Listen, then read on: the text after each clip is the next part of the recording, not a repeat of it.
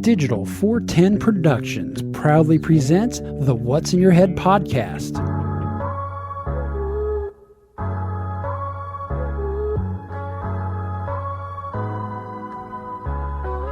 Digitized live from Your company name here. studios in Cape Coral, Florida.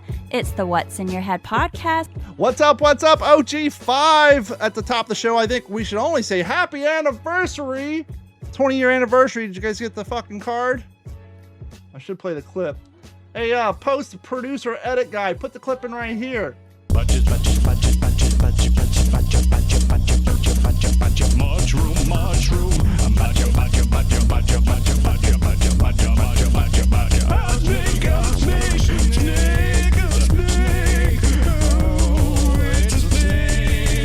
those of you who listen to the show on the audio, it's badgers, mushrooms, badgers, mushrooms, snakes. Oh, it's a snake. 20 years, and I was playing it. I was like, Carrie, so 20 years. She's like, makes sense. You've been saying that shit ever since we got together. It's amazing what sticks with you over the years. Even dumb shit. Oh, Like that. Metallica's Off to Neverland. No, but way before that, back in Morgan's time, Bon Jovi's Living on a Prayer. Oh, it ain't no fair. Oh, living on a prayer. Take my hand. I was in Columbus at the time. There's a shitty white trash community called Zanesville. Oh. Morning show. Hardy har har. Use that song and they sung, oh, it ain't no fair. Oh, living in Zanesville.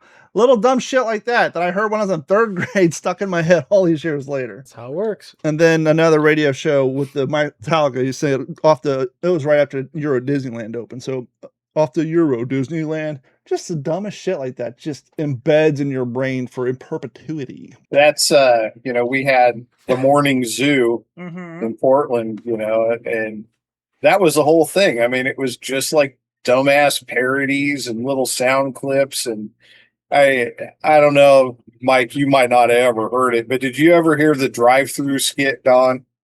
Where it's, the guy pulls up and he's like, I want double cheeseburger, onion rings, and a large orange drink. And then it comes back with, wah, wah, wah, wah, wah, wah, wah. A double cheeseburger, onion rings, and a large orange drink, please.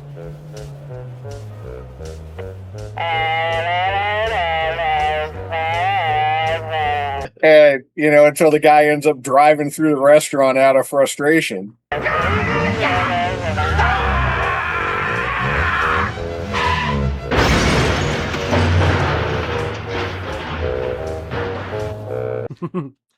Goes inside, talks to the teller, and he says, wah, wah, wah, wah, wah,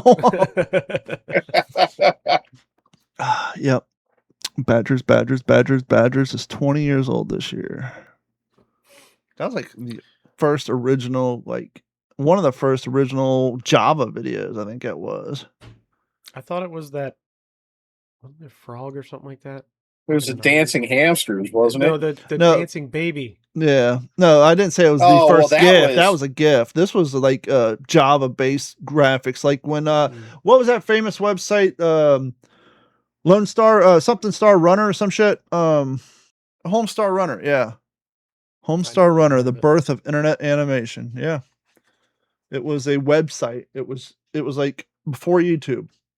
It was a website. These guys spent hours animating Java-based cartoon about Homestar Runner, and you'd go to their website and watch these cartoons on their website. It was a thing. So yeah, Homestar Runner, a legendary Adobe Flash animated series that completely defined the early 2000s internet culture, created by Mike and Matt Chapman, known as the Brothers Chap.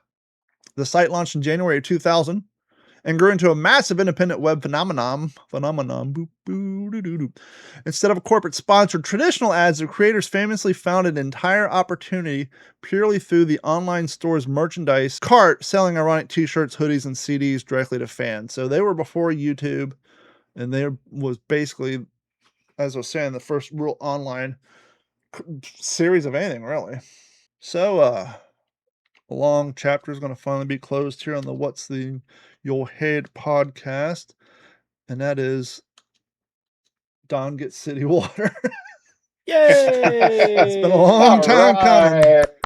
After construction, my kid's bike getting ran over, my mailbox getting hit that they wouldn't replace, all the burrowing owl's nest being filled in, my internet going out, dirty cars, nails and tires, empty beer cans all over the street from the construction crew. Once again, if you want to drink a couple of Tall Boy Mike's Hard Lemonade before you drive home after working out in the heat all day, that's between you and your God and the police. But at least pick up your empties and throw them in the dumpster. Don't leave them crushed on the street 3 feet from where the fucking elementary school bus stop is. Thank you. Yeah, nobody cares. No, nobody cares. Nobody Well, cares. at least they're not leaving full ones by the bus stop. I'd be more appreciative that'd be for a that. cardinal sin. No, that'd be a courtesy. Yeah, it'd be a courtesy for the next guy. Well, the more annoying thing is they would leave the empty tubes of the equipment operation grease out there, for the grease gun, and then they would get run over. And so you're walking your dog, and the dog's like, "Ooh, jelly!" and trying to eat the shit. It's like, come on, just pick it up. Don't treat my house like a job site. But the result is, after my house prior to me owning it, and then when we bought it in 2016, we've had well water, which, as we've talked about before, my mineral content's so high that I got to empty my water heater because of the salt. So long story short, now I got water pressure, and my bathroom tub faucet and my kitchen sink were both leaking because the valves weren't shutting completely because all the bullshit built up. So I've been playing Shade Tree fucking Plumber for the past 2 days. That's fun. Here's a little secret for you, Mike. You got one of those garden tubs where the faucet won't shut all the way, and you can twist it and it stops. And then you let it go and it starts dripping again because, as you know, you're pushing that pen down, it pushes the rubber thing in the hole. Sure. I got to replace mine tomorrow, but to prevent it from dripping, I tightened it down and I put a fucking 25-pound dumbbell on top of it so it pushes that fucking spring Perfect. down. As a drip, a drop. It's fucking fixed, fellas. That's perfect. That's good for another 6 months. Roll on. I strongly recommend a bumper weight. That's the one with the rubber coating on it. That way, if it falls over, you don't damage your porcelain. But yeah, I just kind of, technically, it's a 25-pound dumbbell, but I'm only using one side. So you guys can get away with like an 11-pound plate. Sure. Because all you got to do is push that spring down, compress that little fucking upside down top hat down in that hole to shut that water off. Because I can promise you this, you do not, even a drip you don't want to deal with, because I've had customers call me and they said, well, the city came out and said I had an issue and they say that I owe $1,000 for my water bill. Yeah, And that's they're Carrie's like, I don't know concern. there's no water running. Yes, there is. Something's broken somewhere. It's dripping one dripping out penny at a something. time. Yep. That's 100% accurate. Oh, Luckily, if any most of our municipalities, luckily most municipalities actually work with you on a lot of that shit. if any of the fine people who installs marble slabs for a living on people's kitchen counters, do the future homeowner a favor. Round holes. Don't drill half holes in the joint and butt them together and then leave a football shape, because it greatly reduces what kitchen faucet you can put in that fucker. Because how many homeowners have a wet saw and a fucking drill bit? By the way, have you ever tried to drill out a hole in a piece of wood that you've already drilled too big? You can't do it. It's not like you can put a hole saw on there. The fucking arbor won't fit in the hole. It's too big. Yeah, there's a way you can. Yeah, you use a step bit, but you're not. Do they make marble grade step bits? Not even that. It's, well, I my diamond bit that I use, because I have to drill holes all the time for faucets. I don't drill countertops. I have, but we leave that up to the granite people because that shit's expensive, and if we fuck it up, that's on us. And Dusty's a motherfucker. I drill tile all the time and stuff like that, and the only way that you can get that bitch to go is to just hold it as still as you possibly can and just let it rip, and hopefully it doesn't walk on you, because if it does, you're fucked. So, I'll give you a little tip. If you're drilling through diamond plate, as I used to could with a lot of little tip right in the middle. Back my ambulance building days, every once in a while I'd drill through some diamond plate. back in my day. And if you're poor like most of us, you don't have that fancy spring loaded thing that puts the little divot in your medium so your drill bit don't walk. Put about 4 layers of electrical tape down. It'll hold you in place. Get that. Works on glass too. Yeah. Trying to drill through a bottle with a glass bit. Put some tape on there. It'll keep it from walking. So how you been, Morgan? Good. How's the fine world of propane and propane accessories? Oh, it's just great. Dang it, Bobby. Busy weekend. I said, damn it, Bobby. Oh. Actually, this weekend's not going to be busy at all. Well, good. Yeah. So next weekend, we'll talk about what I'm going to do offline. But I think you'll be fascinated by it, though. So before the show, we were talking about how the 90s is finally coming back in the clothing line. Oh, there goes Mike again. And I don't know if it's so much intended for the 90s. I think a lot of it had to do when What's His Dick did the New Year's halftime show the previous year. One who was making fun of What's His Dick on that song. Kendrick Lamar? Yeah, when Kendrick Lamar was on there, he was wearing baggy pants like we did in the 90s, and that gave all the trend followers permission to go wear them again. Ever since then, now you're seeing moms and shit breaking out their pants from the 90s and all, which I'm fine with. But I'm starting to see younger cats. We were at Panera Bread, which is ironic because these girls look like one of them had on a Marilyn Manson shirt. They're doing all the whole late 90s, early 2000s goth look, which is ironic because they're in like one of the most yuppie, expensive fast food restaurants, Panera Bread. Kind of Panera Bread where you can pay $20 for half a sandwich and a cup of macaroni and cheese. We literally bought, we got the pick too. It's literally half a sandwich, a cup of macaroni and cheese, and a bag of chips for $25. So there's two of us. Actually, it was like $20. There's two of us. I was like, we basically paid $45 for a lunch sandwich and a half a box of macaroni and cheese and 2 bags of potato chips. There's no reason Panera Bread should ever go out of business. But anywho, go ahead. Well, go ahead. No, go ahead. I haven't been able to eat normal stuff lately because I've been having the stomach issue.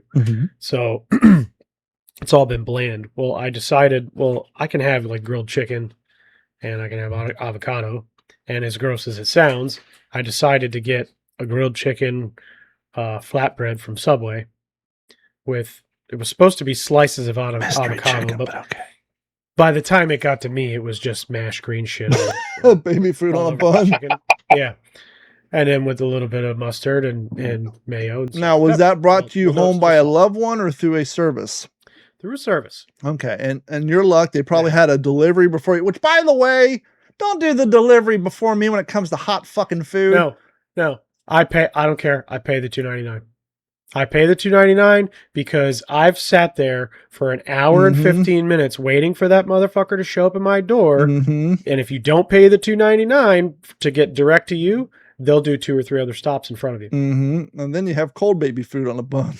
Exactly. So I got I got this sandwich, and it was one of the first things that I've eaten other than what we've been cooking at the house to keep it really bland. There was a little bit of flavor to it. So I didn't care how it looked. I didn't care. So as you were saying on the internet, you're eating white people chicken. Yeah. There was literally nothing on it. It was grilled chicken and mashed fucking green avocado and some condiments. Ate the shit out of that thing. I was so hungry. I've lost 20 pounds in 2 weeks. Nice. Not healthy, but nice. It's not healthy, but Hey, look at the bright side. You saved $1,200 on fucking Ozempic. Yeah. So we go to order Subway again, and I had my son here. Take a guess on how much it was to order 3 footlongs with I know this game. With no combo, no drink, no nothing. Hold on. All said and done. Hold on. I'm guessing. Paid for with a tip. $63. Hold on. Drinks? No drinks. Cookie? No cookie. 3 for $1. No chips. Just the subs. 3 footlongs. Nope, that number's wrong. I forgot my decimal point. $34.74. I said $63. What'd you say? $34.74. That's at $11.58 per foot long. $81 for 3. Whoa! That's because what was it? Gold-plated avocado? Was that because of the Uber charge? I don't know. Yeah, I want. I'm pulling it up right now. Yeah, we want to. And I'll give you the breakdown. $83. So it must be like fuel surcharges. You could have sent your old lady to fucking Outback or Applebee's, got 2 for $33, and then got your son something. So here's what it was. What? Now I added a little bit of stuff to my sandwich because that's what they call extra. Right. I did a little bit more protein because mine wasn't going to be as full. So I got a grilled chicken and avocado footlong on flatbread. Oil, mayonnaise, mustard, salt, 50% more protein. That was $22.07. Wow. My wife got a grilled chicken footlong. She basically wanted a chicken bacon ranch, but she doesn't like their shredded chicken. She likes, or their rotisserie. She likes the grilled. So I have to make a special sandwich for that. That was $20.58. $24 for fucking a sandwich. My son got one of their advertised sandwiches, the 5-meat Italian, with basic shit, nothing out of the ordinary. That was $19.49. Subtotal of $62.14. I nixed the delivery fee because I pay for their stupid thing because I use it enough for that.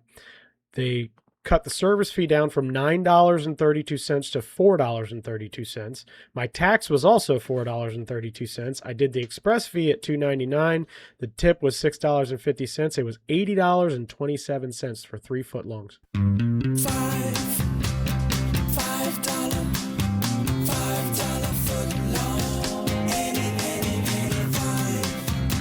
Where was your Was your wife working? No. And you weren't working? You were at home? We were at home. And you saw the subtotal before you... Why? What? I guess I'm confused. If it was me, I'd be like, fuck it. I'm going to... If I'm going to spend $88, we're going to fucking Chili's. Or B, I'm driving to... I'm driving somewhere and I'm going to get a 6-inch and not a foot long. Right. So here's the issue. Yep. You know where I live. Mm-hmm, Hang on a second. I gotta fix my traffic hell. Isn't there a Publix near you? He lives off traffic hell. He lives off the fucking... Well, he lives off the demonic diamond. I know that. Yeah. So by the interstate. So here's the problem. Since they did the stupid diamond thing, getting off of 6 Mile was always terrible. Now, it's either just as bad or way fucking worse. You need a drone and a homeboy who works at Taco Bell. Yeah, exactly. Fly that shit because I was on my way home from work. I stopped at Publix to get something. I think I had to get a prescription or something like that and a couple small things. And this was during the week. I think it was only like 4:30 in the afternoon. It took me 45 minutes to get home. It's I should be to that place in 5 minutes. Because the Publix is only 5 minutes from my house. But it took me 45 minutes to get off of 6 Mile onto Colonial and into the Forum. You got a gang of eateries not too far from your house. Yeah. A lot of them are higher end, upscale stuff. Not really upscale, but more sit-down restaurants. Not terribly. I mean, we don't really have a lot of fast food. That's what I'm saying. They're more sit-down in the Forum restaurant. Yeah. There's not really a lot of fast food in the Forum. I mean, I guess you could consider Dunkin'. Like, you could go to Moe's. That place sucks since fucking COVID. Yeah. But I've got Moe's, I've got McAllister's. Can we have a moment of silence for Moe's? I'm fucking serious. When I worked at Stanley Haney, we used to give out Moe's. Jesus. We used to give out Moe's gift cards. I ate at that place all the time. Then right around COVID, when they did the image change and like whited out the whole, their food has been shit. I haven't been there since 2022. It's a sad state of affairs. We haven't been there in a while either. It's garbage. They got Moe's, McAllister's, Dunkin', Starbucks. I've got Tony's New York Pizza, which we do love, but that gets expensive. I do have a Firehouse near me. We have a Ben Tofu. So we got Watch your mouth. Shit like that. By the way, there's a Domino's. They must be hurting for business in Fort Myers. Yeah. Offer 33% cash back on the Upside app we order from them. Wow. Yeah. Now here's the rub on that. Fuck you, Chipotle. By the way, if you want to get a little cash back on your fucking gas spending, just simply go download the Upside app. It's just as it sounds, Upside app.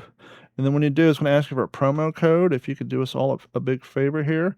And then use the promo code. Hold on, I got to unclaim my Chipotle. It's a good way to sell it. But hey, we're honest here. Yeah, just use the promo code digital 9684. And so anytime you buy gas, you just take a picture of the receipt, upload it, and they give you cash back, which is where my beef comes with Chipotle. They don't allow you to upload the receipt. You have to pay with the credit card that you registered with your app. So I lost my 3% cash back on them because I don't have a credit card register. I just always upload my receipts. So, but yeah, 33% cash back on a Domino's. That ain't a bad deal. That's wild stuff. Well, since we brought up the cost of how expensive shit is, I'll just kind of go into this little fun fact. So after talking to some friends the other day, we kind of got on the subject of cost of living, inflation. Yeah, don't remind us. And so the topic came up of not getting a pay raise since like 2023. And so I had a question for our friend ChatGPT, and I said, hey, if you got hired in 2023 and you haven't got a raise and you make the same amount of money in 2026 working for the same place, what is your loss of money? And so he corrected it by saying purchasing power. That's what the economists usually do, is your purchasing power. Now, ChatGPT came up with the salary. They're just doing this to simplify the math, but I'll just read it to you. If you have not received a raise since 2023, your paycheck has lost roughly 9 to 10% of its purchasing power by May of 2026 due to inflation. Based on US CPI data, prices increased about 303.4 in April of 2023 to 333.0 in April of 2026. In practical terms, something that cost you $100 in 2023 is now $110. So you say, what's an extra $10, right? We gotta times that by all your bills times fucking 365 days. So it goes on. Right. Example. I think the average medium, which I would say low medium fucking income nowadays is 50 grand. So it wanted a nice round number that people. So example, if $50,000 was your salary in 2023, you would need about $55,000 today to maintain the same purchasing power. So you would need a $5,000 a year raise just to have the same spending power as you had 3 fucking years ago. But here's where it gets fun, kids. Because, AI and all our devices track everything we do. It says, fun fact, if you live in Florida, oh boy, Florida has also seen a higher than average increase due to home insurance from the hurricanes, rent and housing, auto insurance costs, utilities, and groceries.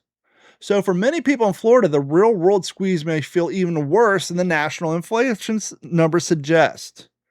If you live in Florida, living in Florida makes the impact feel even larger because several costs have risen faster than national inflation since 2023, as we just said.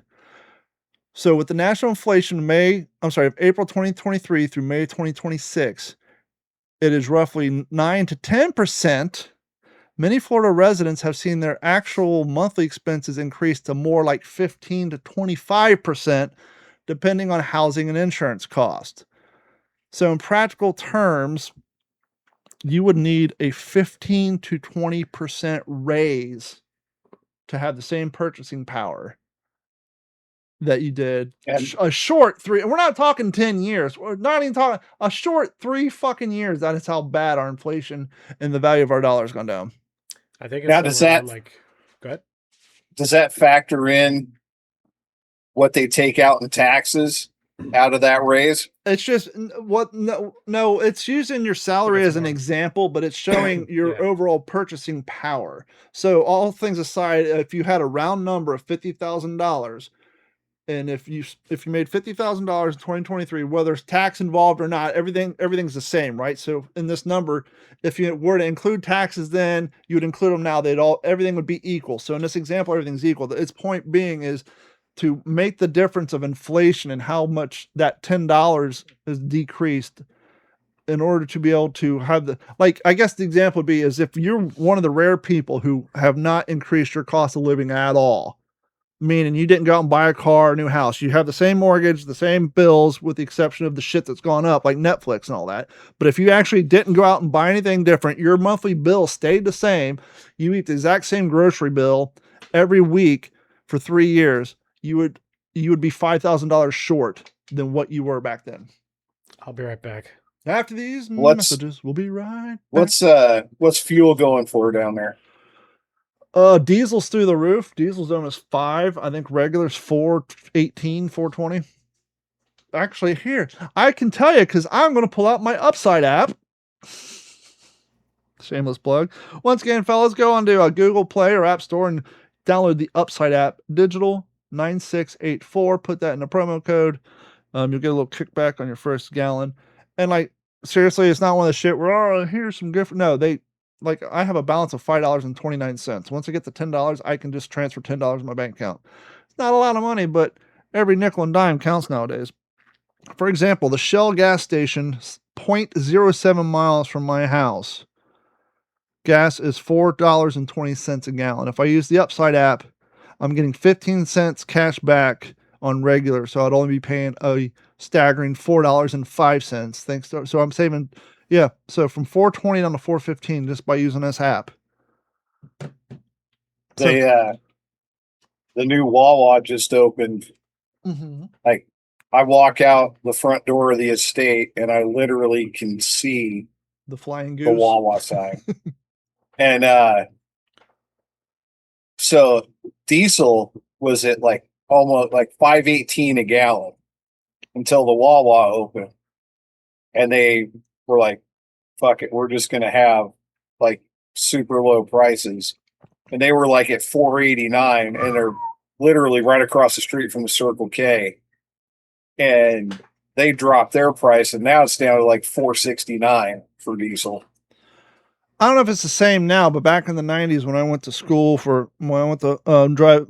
driver's ed school, my driver's ed teacher said that there's a state law that prevents dramatic gas prices on the same road or in the same area. So like all of them could be 3 to 4 cents difference, but you couldn't have somebody say, fuck this, gas is 99 cents a gallon. I'm undercutting everybody. This shit's going for 75 cents. You couldn't do drastic pay drops like that. Well, hold on, to answer your question, because I scrolled down a bit and it does give some examples. So practical examples in 2023, a monthly expense. Let's say your rent or mortgage was $2,000 a month plus insurance would be $2,260.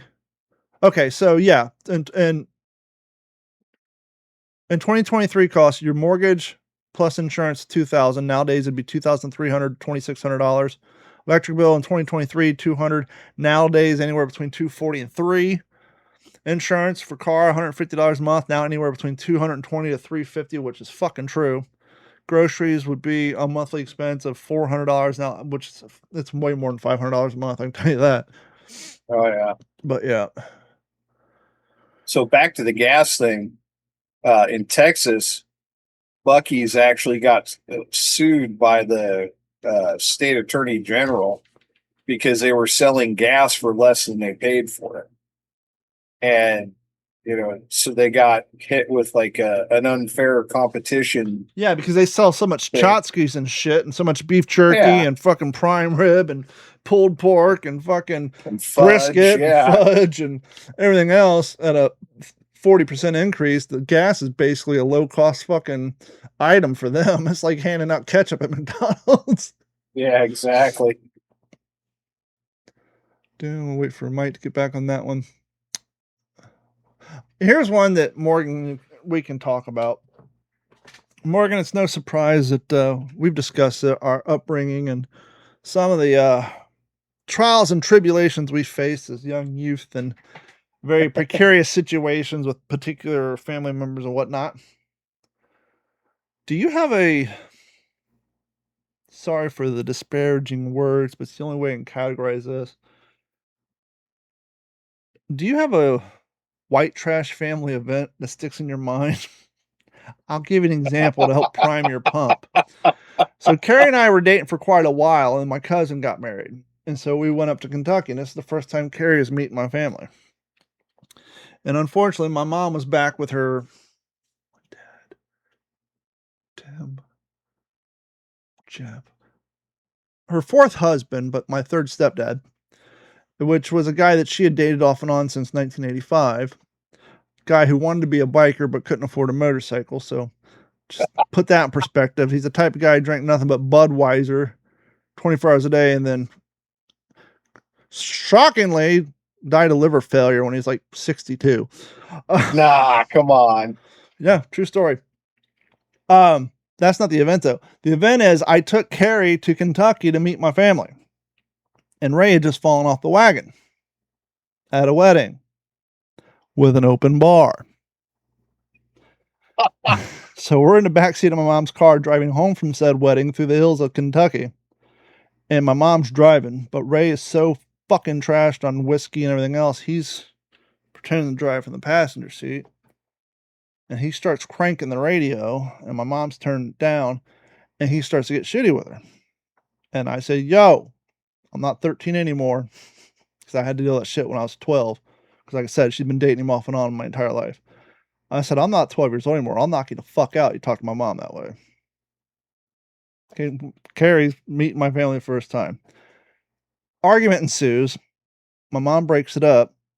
Ray goes pass out in the bed. My mom. Now, keep in mind, folks, we're setting the bar here. She brings me a Taurus 22.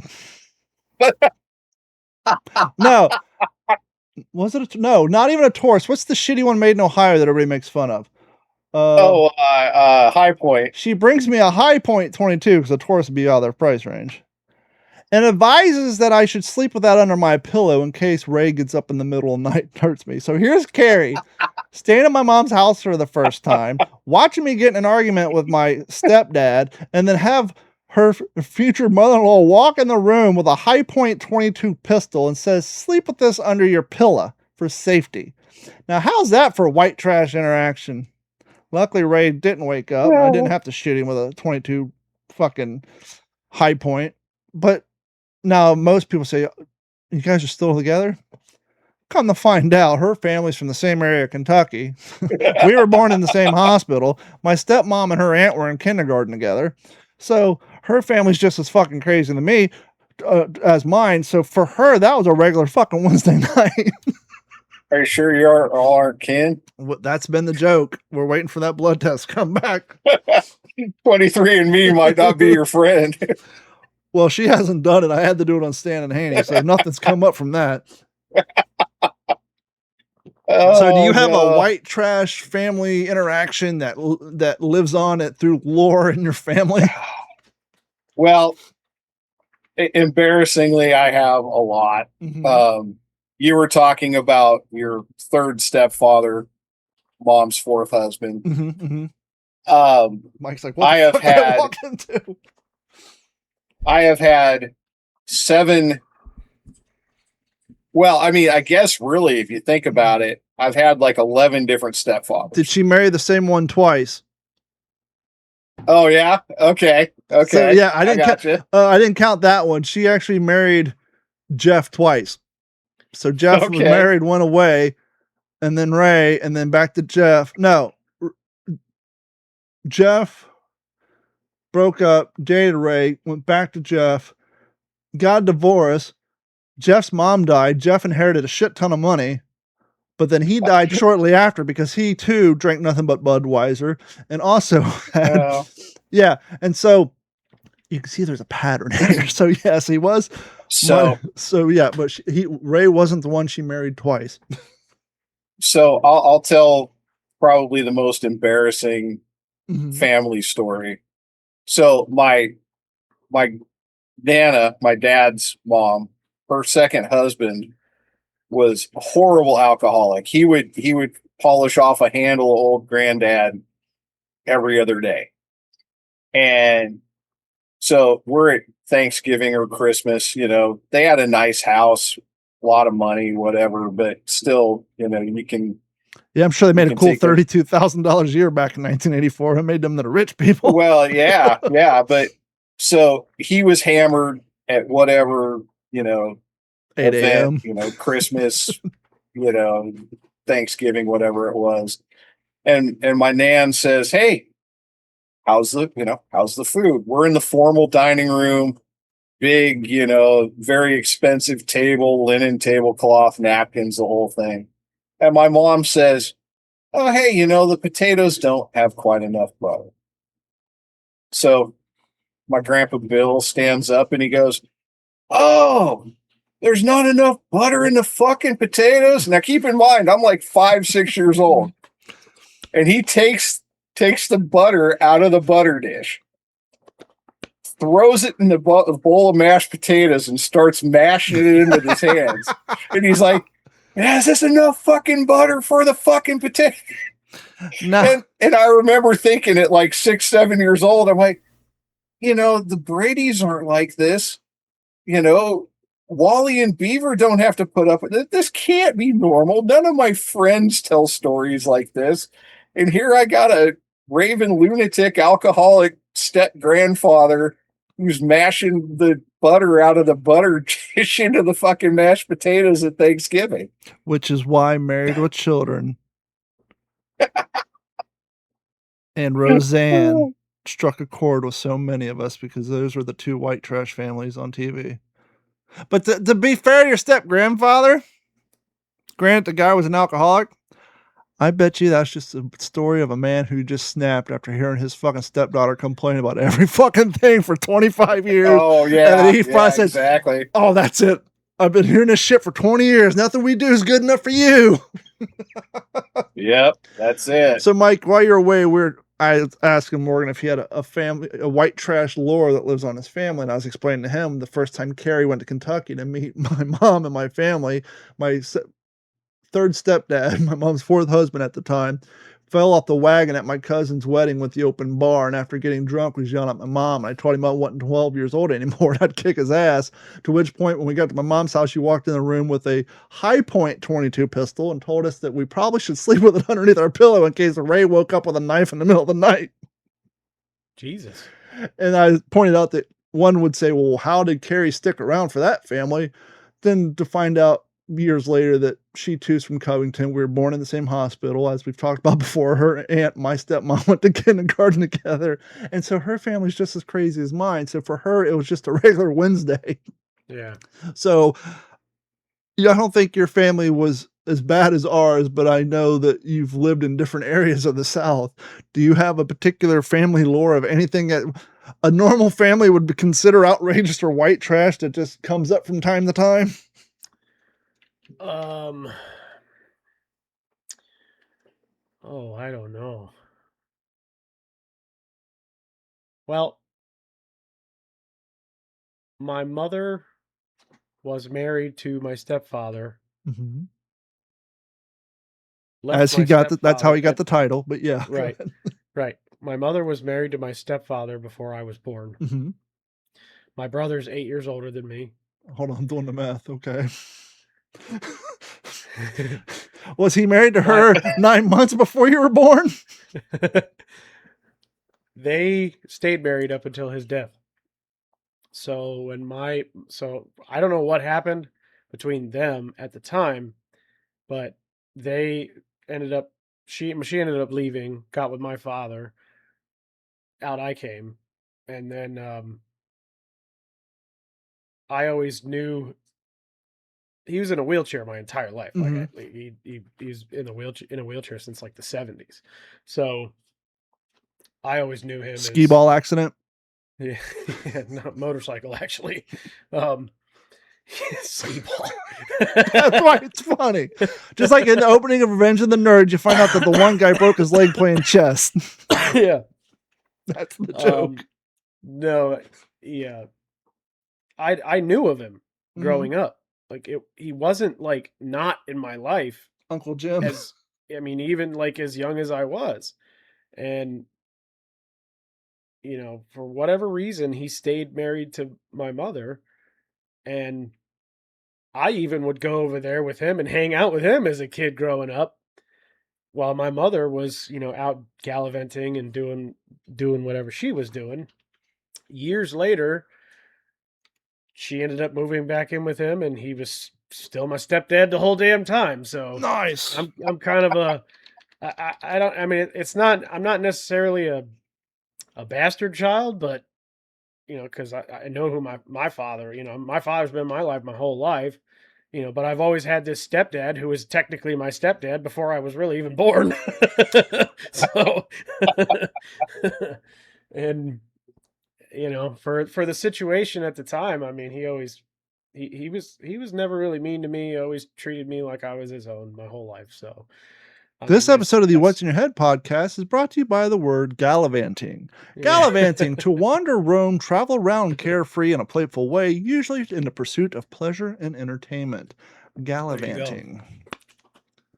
There you go. My mother had a good time for a long time. So that's kind of my, I guess, white trash.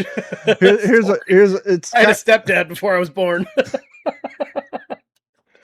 Here's kind of an interesting story. I think I may have stop me if I told this one, but on the What's the Scuttlebutt podcast, I was interviewing an author who wrote a book about her grandfather, who was one of the original Windtalkers.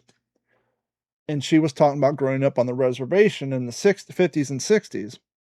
And just like in, what was it, 1796, the spinoff of Yellowstone, they're showing the girl at the Native American, that school where they were beating them all up. You guys remember that series?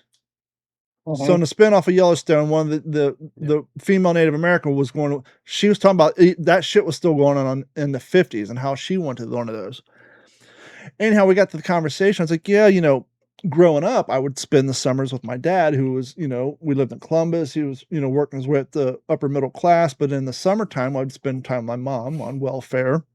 And depending on her relationship with my grandmother, she either lived in the trailer from 1970s with a cistern and a single air conditioning unit in the window in her bedroom, which we'd hide in because it's so damn hot, across the street from the Ohio River, or we lived down at the other end of that 5-acre property in the cabin that was built in 1921, had no indoor plumbing. We captured water in a 55-gallon barrel. I bathed in the Ohio River and took shits in an outhouse, to which she replied, sounds to me like you grew up on the reservation.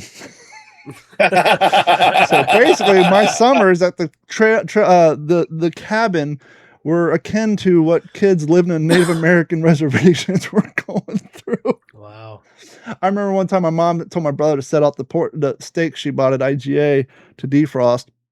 So, as any kid would do, you'd leave them on the picnic table outside in the Kentucky sun, to which the cats broke it through the plastic and took off with our steaks. See, I kind of experienced the same kind of, duality in life that you did, because, my dad and my stepmom, they worked really hard for, everything that we had. I had nice clothes, I had, all that stuff. But when I went to my mother's house on the weekends, I mean, all my clothes I got from my brother when he outgrew them. So, and they were either really big on me because he's, like I said, he's 8 years older than I am, or they were really, really small. But it's like the opening line of that Double Makes Three song. I grew up on an old dirt road, pedal to the metal. I did what I was told until I found out that my brand new clothes came secondhand from the rich kids next door. Yeah. Yep. Oh, I remember. God, I can still remember this day. I think I talked about this in the past. I used to get all my brother's hand-me-downs, a lot of corduroy and, all that stuff. Because I was like, going into first grade. My grandmother got me a pair of Lee jeans for my birthday. Wow. Fucking, I lived high in the hog on that for fucking all school year, to have one pair of name brand jeans that didn't come from Gold Circle or some bin out back of some, dollar store somewhere. Man, I found a pair of jeans on Amazon for $15. They are called Rustlers. They're made by Wrangler. Mm-hmm. They're great. Hey, I don't care. No. They're great because I'm not spending no $35 to $40 on a pair of don't laugh, Morgan. jeans. Don't laugh, Morgan. When Sears was going out of business here in Cape Coral, I was going every paycheck to buy Levi jeans because kids, what your daddy won't tell you when he talking about his Jinko jeans and wearing the super large jeans. The shit was heavy and uncomfortable as fuck. Fuck yeah, it was. And it would leave calluses on your hips from your belt, and you'd end up having to pop them. They're like zits, like fucking, from your denim hanging off your fucking clothes and sagging. You'd get fucking sores and shit. Ingrown hairs. So by the time I got in my 30s, I started wearing jeans that fit. You know what's more comfortable than a pair of denim jeans that fit? Fucking nothing. Carrie all the time is like, how come you wear your jeans? Because they're comfortable. But let me tell you this, friend. I got a couple pair of fucking Wranglers, and they're just as bit, if not more comfortable, and have a better fit and finish than a fucking Levi jean. And so don't sleep on Wranglers, man. They are a nice Wranglers. fit. Wranglers are great, but I'll tell you, as a kid, everybody wanted 501s. Yeah. I got Rustlers. And the only thing worse than that was Tough Skins. And it's like different levels of poor. Yeah. But if you had Rustlers, it was like you were ghetto ass, because that was like now I'd probably wear them if they fit good, because I don't give a shit. If they fit good. I don't care at all. There's $15, because even 15 years ago, it's $20 for a pair of jeans. Now it's $30 to $40 for one pair of fucking jeans. You go to Bell's Outlet, and if you find a pair of Levi's where like one leg is a 1/16 of an inch longer than the other, and you get them for $15, you're like, holy shit, fucking score. Yeah.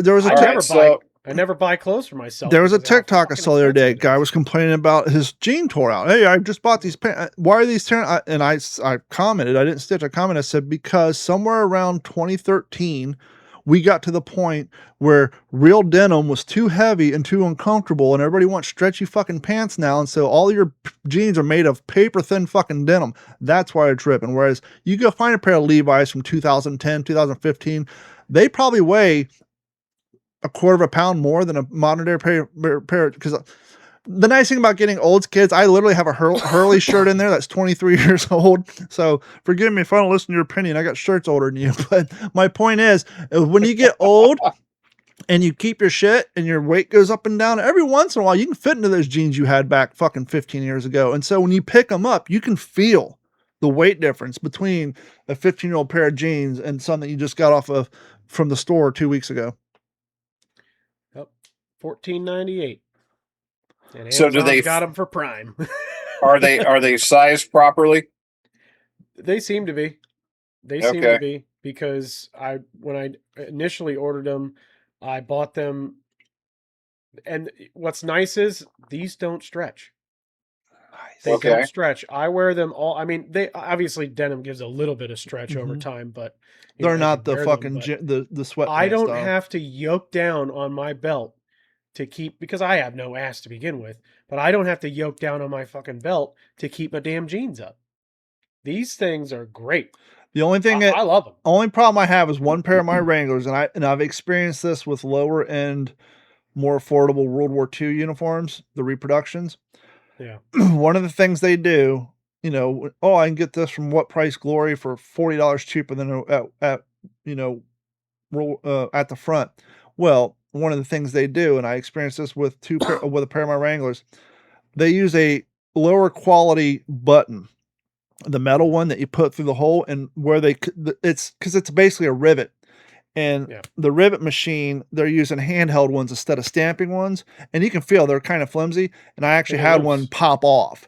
Yeah. And so it's the shit like that. It's not so much the denim. It's the little rivets are made from shittier quality and the buttons, but that ain't nothing a safety pin can't fix. There you go. Actually, they sell the replacement buttons you screw. There's a fucking Phillips head screw on the back. You can get them on Amazon and just screw the son of a bitch right in. My only complaint out of those so far is they are heavy. And they'll last a lot longer. But they're going to last a hell of a lot longer. I mean, if, during the summertime, I'll probably wear shorts anyway at any possible time that I can. But I mean, they've been working great for me, because I go through pants, I mean, like that. I mean, there was a point where I was spending $30 on those, their cargo khaki pants. I think those are Wranglers too.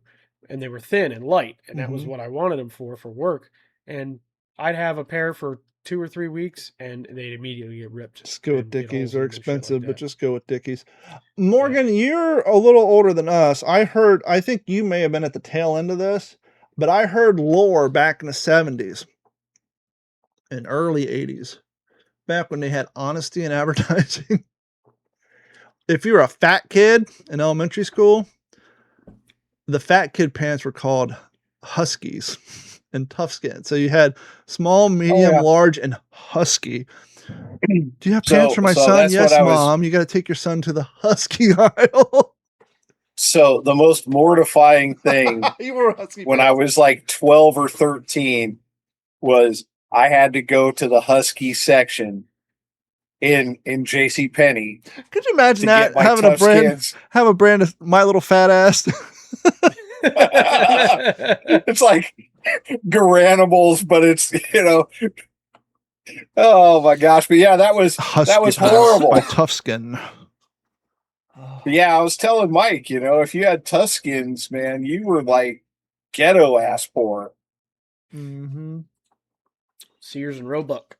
Is that where it's from? Yep. Do you know Sears used to sell houses? Yeah.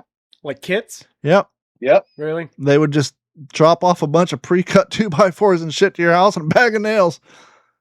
Siding, windows, the whole nine. You can get them for like what? 15 grand? No shit. Well, I don't even think it was that. I think it was like $4,500 or something. How much were the Sears and Roebuck, mind you? I think they sold them like up until the 60s. Yeah, houses. $4,080. Yeah. 12 rooms. But back in the good old days when you can go down Ace Hardware and buy yourself a Thompson submachine gun. You used to be able to buy a Tommy gun at the fucking hardware store before they passed the fucking no machine gun laws. That's wild. Wild stuff. Okay, we did a whole entire podcast about people who don't buy fishing licenses and complain about fishing licenses and then go out and fish with 14 grand worth of fishing equipment, which led us down the road of actually seeing how much fishing licenses are in other states. And we did discover some of them are quite expensive, like $70, $80 a year. And that's just for freshwater. Florida Fish and Wildlife got caught tripping on some bullshit. And I kind of maybe get why they're doing it. They changed a policy where out-of-state anglers could no longer buy guest fishing passes on the Florida Fish and Wildlife app or website. So if you were coming to town to, hey, I'm here for three days, you had to go to the tax collector's office, Walmart, or a different sporting goods store. You couldn't show up at a charter boat in the morning, pull out the app, and just order it in a parking lot like everybody else. And the question was why. And so enough brouhaha. Now, see, when I programmed the story, they hadn't reversed course, but so much bad publicity has come out online, they reversed course, which is a good thing. Florida visitors will soon be able to purchase short-term fishing licenses online once again. The service that has been available since November of last year. During the suspension, tourists were required to buy licenses in person at locations such as tax collectors' offices, sporting goods stores, and bait and tackle shops before heading out on our fishing charters. That would suck. Hey, oh yeah, we got this condo on the beach. There's a fishing charter 1.5 miles, but we got to get up early, drive 30 minutes to Walmart and sit in, beach traffic to get our fishing license before we can get on this charter boat. After facing backlash, the Florida Fish and Wildlife Conservation Commission is bringing back the online service. Starting tomorrow, people can go online. But see, if you're a real journalist, you would ask the question, why? What was the whole reason of... Why did we do this? Yeah, all you're doing is... We've discussed it before. What's the purpose of fishing licenses? We all know that majority of the money funding wildlife conservation comes from hunting and fishing licenses. So why would you do anything to risk reducing your revenue stream? Makes no sense. Right. Especially in a tourist-driven state like this.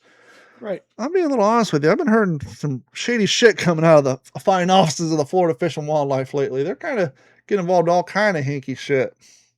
Hinky shit. Yeah, I don't understand that. The other thing I don't understand is why, how many was it? 5 6 different commercial fishing businesses decided to go up against the state and say that and basically wanted to shut down red snapper season, I believe on the other coast or something to that effect. Well, the theory as to why is because those commercial fishermen are able to basically catch as many red snapper as they want to. Mm-hmm. But recreational fishermen only have I think a two limit. Yeah. 2 fish limit or something like that. And season was supposed to start last weekend. And a judge put a hold on the season pending this court case or something like that. That was the last that I had kind of heard about it. How fucked up is that? How messed up is that these commercial fishing businesses can literally go to court and shut down an entire season the week that it's supposed to open up for one fish? Okay, let's see here. Federal judge in Washington, D.C. halted Florida's expanded 39-day recreational red snapper season in South Atlantic federal waters just hours before it was set to begin. The court paused the permits in a lawsuit brought on by commercial fishing groups and environmental activists who raised concerns about overfishing. Well, wasn't that something that... Let's roll that track back and consume that. The commercial fishermen, the commercial fishing industry, the people who fish in bulk want to prevent people who have a limit from fishing because they're afraid Mike's 2 snappers are going to take away from their netted snappers and cost them $80. Mm-hmm. Yep. State waters remain open. The Florida Fish and Wildlife Conservation Commission, FWC, has adjusted regulations to allow anglers to continue fishing in the Atlantic state. Catch limit. The recreational bag limit in the open state water is 2 snappers per person with a minimum size of 20 inches. But the commercial fishermen say, hold on there, Steve. You got 2 people on your boat. By my count, that's 4 fish that I can't catch and sell myself. Even though I got 180 back here. It's fucking greed. Well, it's also fucking it's big fish lobbyists paying off some judge. What that big fish you hear about all the time? Big fish up to no good. So can we segue from this into what's happening out in Oregon? What's happening out in Oregon? What's not happening out in Oregon? Well, yeah, a lot of shit. They actually are. Well, in last article I read from the local CBS affiliate out there in Portland, I didn't know CBS had a news channel. I thought they were a pharmacy. CBS. Oh, my bad. My hearing's not what it once was. Crank up them headphones. But they have let me get closer to the mic. Hey, just because I grew up on a white trash reservation doesn't mean I can use the moniker of chief. That's cultural appropriation. That's called a throwback. So anyway, out in Oregon, they actually have enough signatures on a petition to put legislation up for a vote in November to outlaw recreational fishing and hunting. Oh, yes, I did hear this. I did hear this. Plus dog breed or animal breeding, chicken farming, beef raising, all of this stuff.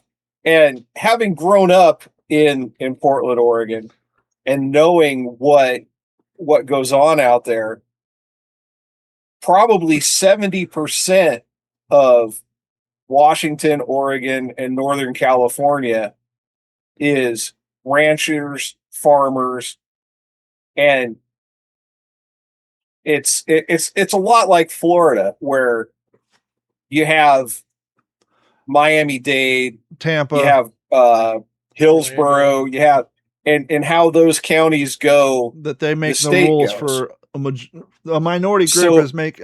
When I say minority, we're talking numbers, people.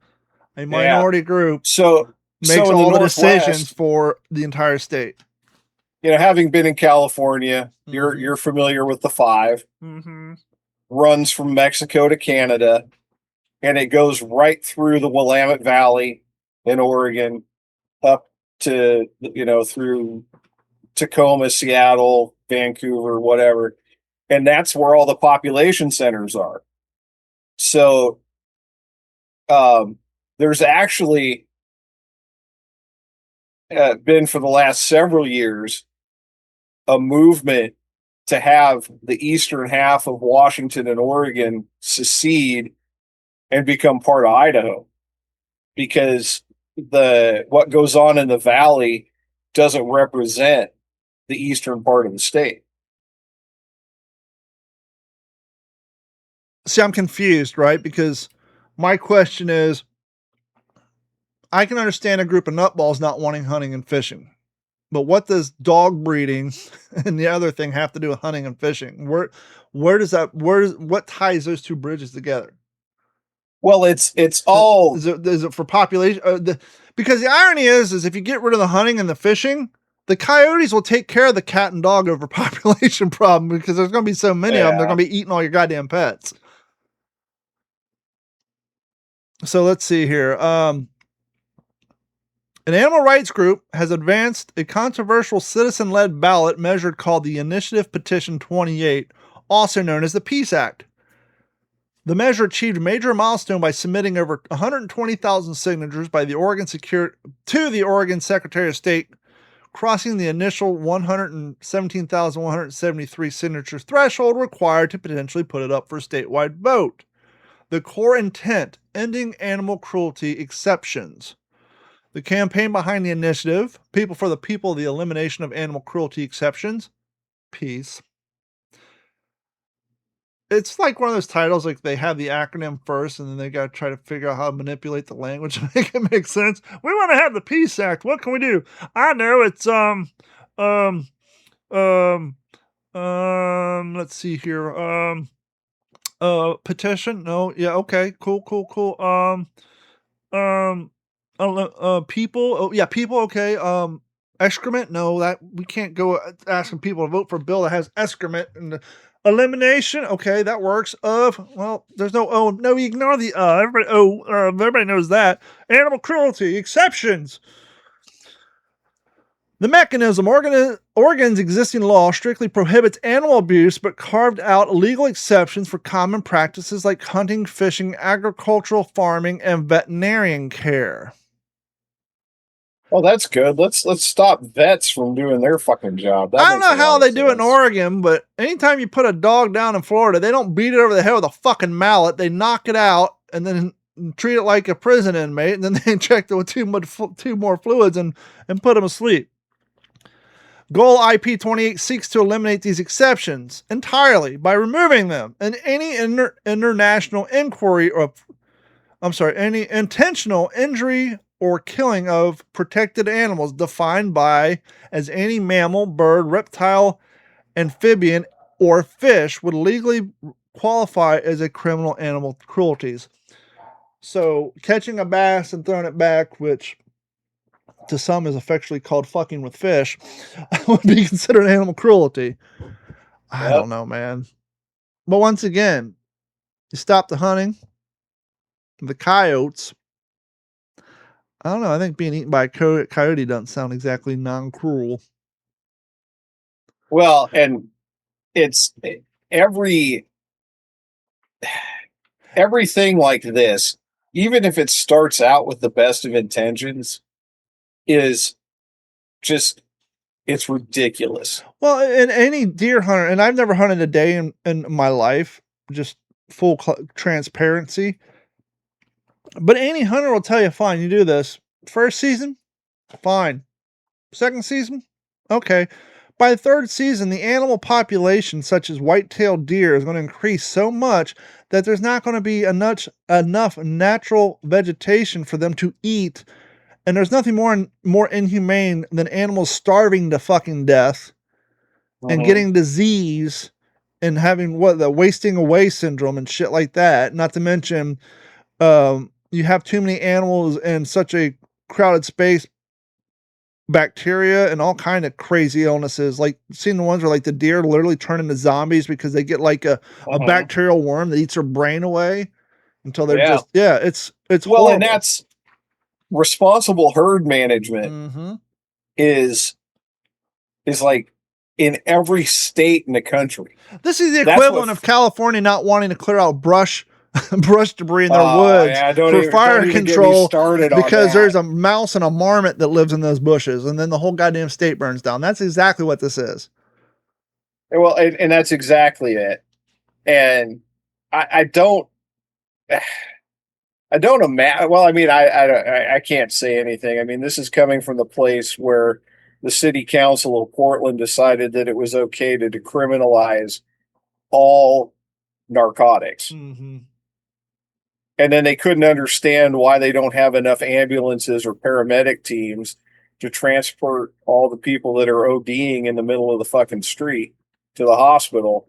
So they're actually commandeering vehicles and people to drive these people to the hospital because, and where you can walk into basically anywhere and get free Narcan so you can Narcan people.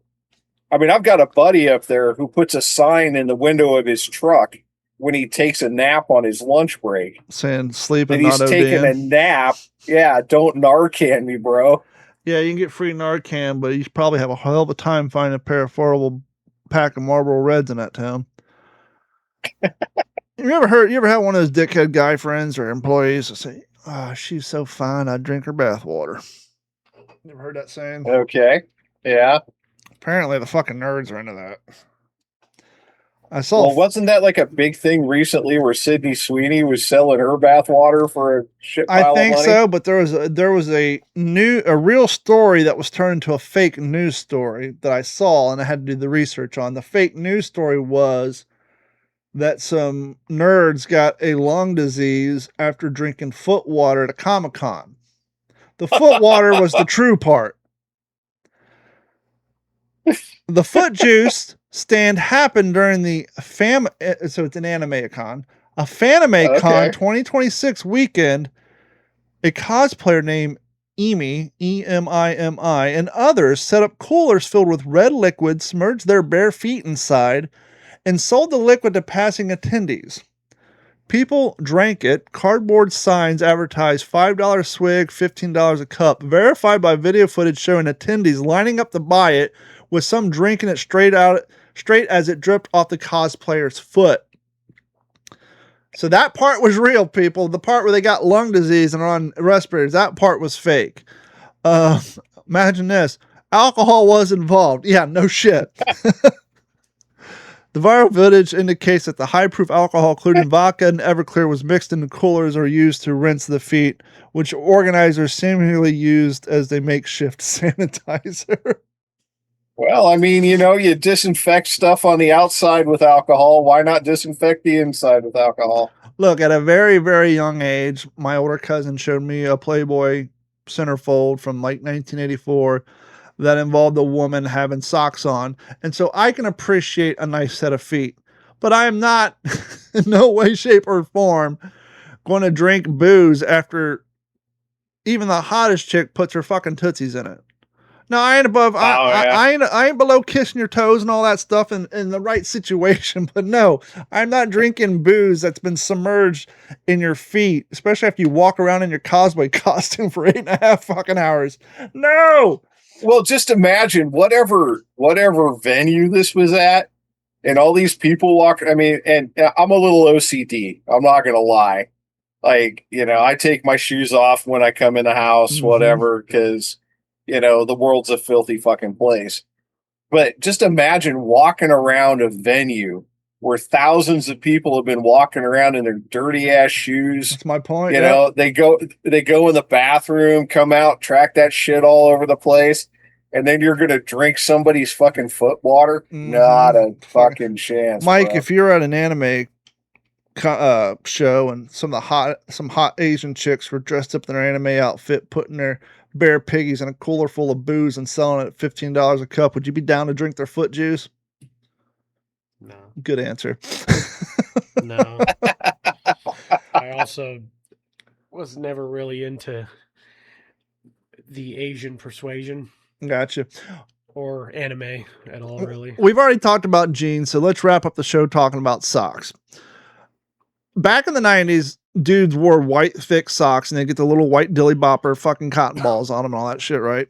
And so anytime I see big, thick, heavy, white cotton socks, I just associate it with dudes fucking, your dad come home from work, take off the fucking New Balance and throw his, his Fruit of the Loom socks with the blue toe up on it on the coffee table. That gives me the heebie-jeebies when I'm ever out in Publix and I see a woman wearing flip-flops or something and she's got on those big white thick cotton socks with the blue heels. Because I just think of dudes. I think of my dad. I think of my brother. I think of the socks sitting in the fucking laundry basket reeking. It's like nothing more unattractive than seeing some big-ass thick fucking Hanes cotton socks with blue toes and heels on a fucking chick. Just does something. Just reminds me of my dad's feet in the 90s. Like tube sock? Yeah. With the white fucking cotton ball that's all hanging off, the ones that people take lighters to and yeah, those. Yeah. Well, I got a few more things. We're going to keep that for the next episode, including, hey, Gen Z, when you're talking shit about boomers and you're wearing clothes from the 90s, you're technically dressing like them. This has been a Digital 410 production.